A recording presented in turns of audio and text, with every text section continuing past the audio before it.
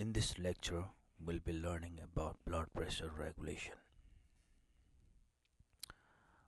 A normal BP or blood pressure is necessary for maintaining a normal blood flow. This is necessary for normal perfusion of tissues.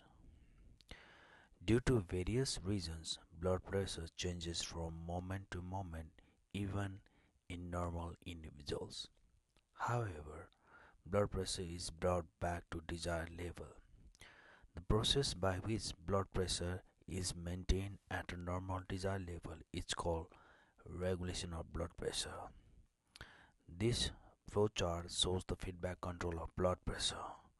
Now here, brainstem excitatory input to sympathetic nerves to heart and the vasculature increases heart rate and stroke volume and reduces the vessel diameter. Together, these increases blood pressure. Since blood pressure is directly proportional to heart rate, stroke volume, and resistance. So that's why increasing heart rate, increasing stroke volume, and decrease in vessel diameter that increases the resistance will directly increases the blood pressure. Now together, this increase in blood pressure which activates the baroreceptor reflex mechanism, and that will reduce the activity in the brainstem. So this is under the influence of negative feedback of homeostasis. Okay, now let's first talk about the vasomotor center. The cardiovascular center is situated in lower one-third of bones and in reticular formation of medulla at the floor of fourth ventricle. This cardiovascular center has some four important areas that regulates the blood pressure. We'll talk detail on this now. The first one is pressure area, second is depressor area, third area is sensory area, that is nucleus tractus solitarius, and another is dorsal motor nucleus and nucleus ambiguus. This whole area is actually present in the vasomotor center, which is in the medulla. Now this diagram shows the basic neural pathways involved in the control of blood pressure. The rostral ventrolateral medulla, which is also known as vasoconstrictor area or pressure area. It is one of the major sources of excitatory input to sympathetic nerve, controlling the vasculature and then heart. Now these neurons receive the inhibitory input from the baroreceptor via an inhibitory GABAergic neurons in the caudal ventrolateral medulla. The caudal ventrolateral medulla is also known as depressor area or vasodilator area. The sensory area, which is nucleus tractus solitarius, it receives the sensory input from glossopharyngeal nerve and vagus nerve, which are coming from the aortic arch baroreceptor and carotid sinus baroreceptor. Now output from this nucleus tractus solitarius, it helps to control the activity of both vasodilator area and vasoconstrictor area.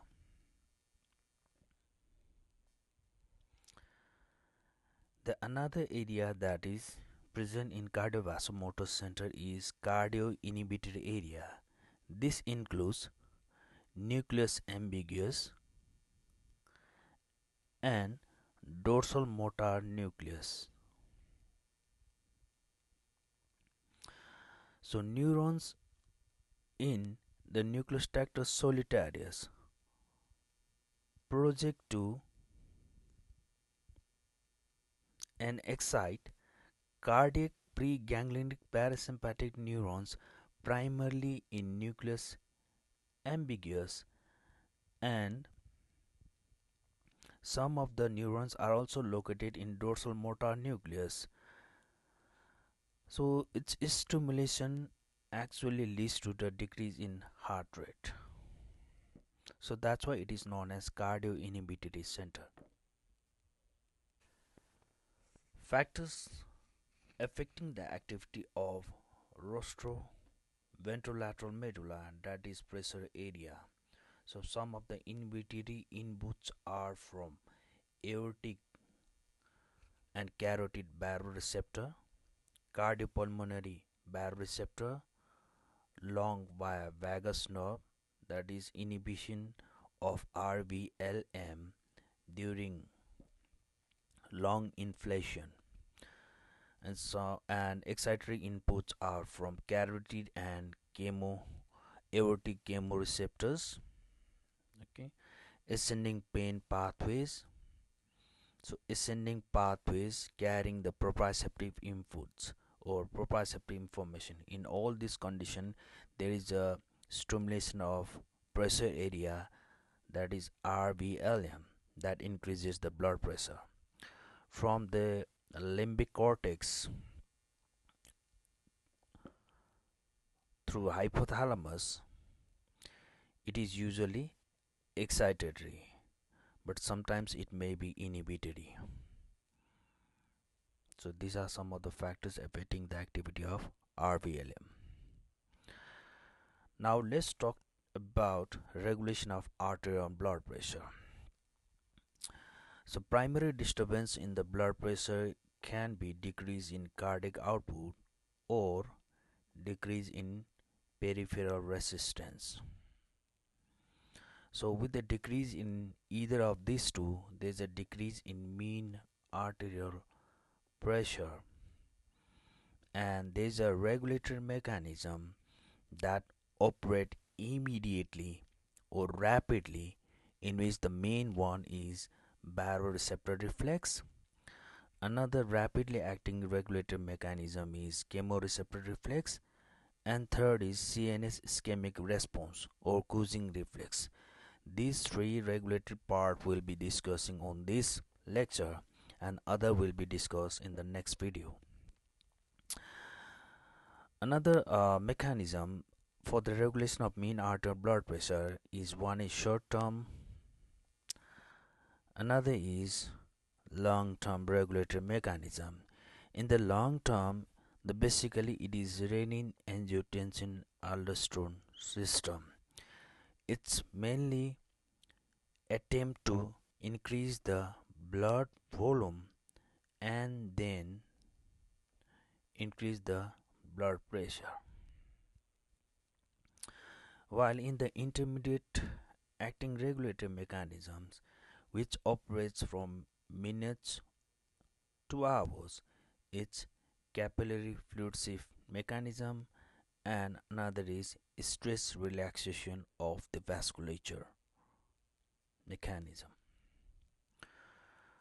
Now baroreceptor reflex, which is triggered by an increase in blood pressure, leads to fall in blood pressure by the action on blood vessels as well as heart. Let's talk about the baroreceptor. Baroreceptor are rapidly adapting stretch receptors situated in the walls of arch of aorta and carotid sinus. These baroreceptor st- are stimulated when vessel wall is stretched due to rise in blood pressure, so-called baroreceptor. They respond only when there is transient change in blood pressure, while persistent elevated blood pressure they do not respond. Now here in the graph you can see discharges, that is vertical lines, in a single afferent neuron nerve fiber from carotid sinus at various levels of mean arterial blood pressure plotted against the changes in aortic pressure with time. Blood pressure threshold for evoking sinus nerve impulses is about 50 mm of mercury, and maximum sustained firing occurs at around 200 mm of mercury. From the aortic arch baroreceptor, the signal is sent to the cardiovascular by 10th cranial nerve, vagus nerve, and from the carotid sinus baroreceptor, it's 9th cranial nerve, that is glossopharyngeal nerve. These nerves are together known as buffer nerve because they are involved in buffering changes in blood pressure. The baroreceptor are highly sensitive to any change in mean arterial blood pressure from 60 to 200 mm of mercury, while it is very much more sensitive to change in pulse pressure. Baroreceptor reflex to increase blood pressure. With the increase in blood pressure, there will more stretching of carotid sinus and aortic arch baroreceptor. More action potential is carried by 9 and 10 cranial nerve, and more stimulation of nucleus tractor solitarius. Now through the glutaminergic neuron, it will activate the depressor area, that is CBLM. Now this depressor area through GABAergic neuron will inhibit pressure area, that is RVLM, rostroventrolateral medulla. Now since pressure area is inhibited, normal sympathetic vasoconstrictor tone is reduced, that will lead to the vasodilatation of the blood vessels, that decreases resistance and that decreases the blood pressure, while decrease in sympathetic effect on the heart also decreases the stroke volume, which and decreases the blood pressure. Baroreceptor reflex also reflexly stimulate the dorsal motor nucleus of vagus and nucleus ambiguus, which decreases the heart rate and then cardiac output. So in all these parameter, decrease in heart rate, decrease in stroke volume, and decrease in total peripheral resistance, blood pressure is decreased towards the normal. So this is the response during increased blood pressure. Now when the blood pressure falls, a reverse changes takes place. So going from lying to standing position, there is a decrease in venous return, decrease in end-diastolic volume, decrease in stroke volume, and decreases output, which immediately decreases the blood pressure. Now there is a less stretching of the baroreceptors and less signals goes to the nucleus tractus solitarius, which from the medulla, there will be the increase in sympathetic outflow by the more activation of the pressure area, which lead to vasoconstriction, increases total peripheral resistance, and increases the blood pressure. There is also the inhibition of dorsal motor nucleus of vagus and nucleus ambiguus, which directly increases the cardiac rate and cardiac output that increases the blood pressure towards normal. Another BP regulatory mechanism which comes under short term is chemoreceptor reflex. When blood pressure falls below a critical level, like less than 60 millimeter of mercury, chemoreceptors, namely carotid body and aortic body, these are stimulated as there's a decrease in blood flow to this area during fall in BP. That decreases the availability of oxygen, that is hypoxia, and excess of carbon dioxide, that is hypercapnia, and acidosis. So from this stimulation of 9 and 10 cranial lobe, it goes to the cardiovascular center, will reach nucleus tractus solitarius. From there, it goes to the cardiovascular center and cardiac inhibitory center, as well as to the respiratory center. So with the stimulation of cardiovascular center, pressure area stimulation will lead to the vasoconstrictor, and with the stimulation of cardiac inhibitory area, there will be the bradycardia. So this is the primary effect of these conditions. Later, through cardiovascular center, with the sympathetic stimulation, there is a release of catecholamines from adrenal medulla, and there will be the secondary effect leading to tachycardia.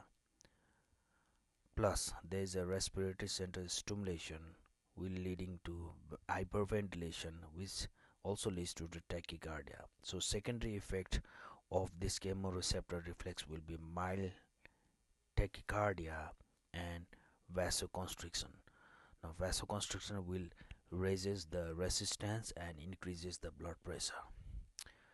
So BP range for the operation of this chemoreceptor reflex is between 40 to 70 millimeter of mercury.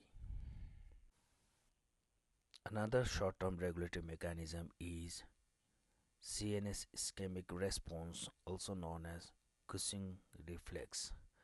This reflex is initiated when there is a too much decrease in mean arterial blood pressure below 40 millimeter of mercury. This mechanism is also known as last outage stand. Like for example, during acute severe hemorrhage, there will be the gross hypotension, and that decreases the cerebral blood flow, producing hypoxia and hypercapnia in cardiovascular center during cerebral ischemia. Now there will be a strong stimulation of cardiovascular center, which causes intense vasoconstriction with activation of sympathoadrenal system. So this will bring about or raises the blood pressure and maintain the blood flow to vital organ like brain, like central nervous system. Another example that we can set is during brain tumor. In brain tumor, with the increase in intracranial pressure, there will be the gross hypotension that decreases the cerebral blood flow or decreases the blood flow to vasomotor center. Later, hypoxia, hypercapnia at vasomotor center, This will strongly stimulate vasomotor center pressure area, leading to intense vasoconstriction and increases the blood pressure. So this also increases the pressure in the carotid sinus nerve. Now with the previous discussion, it will activate the baroreceptor reflex mechanism and there will be the reflex bradycardia. So in brain tumor, intracranial pressure is high. That leads to the reflex bradycardia, which can aggravate the hypotension.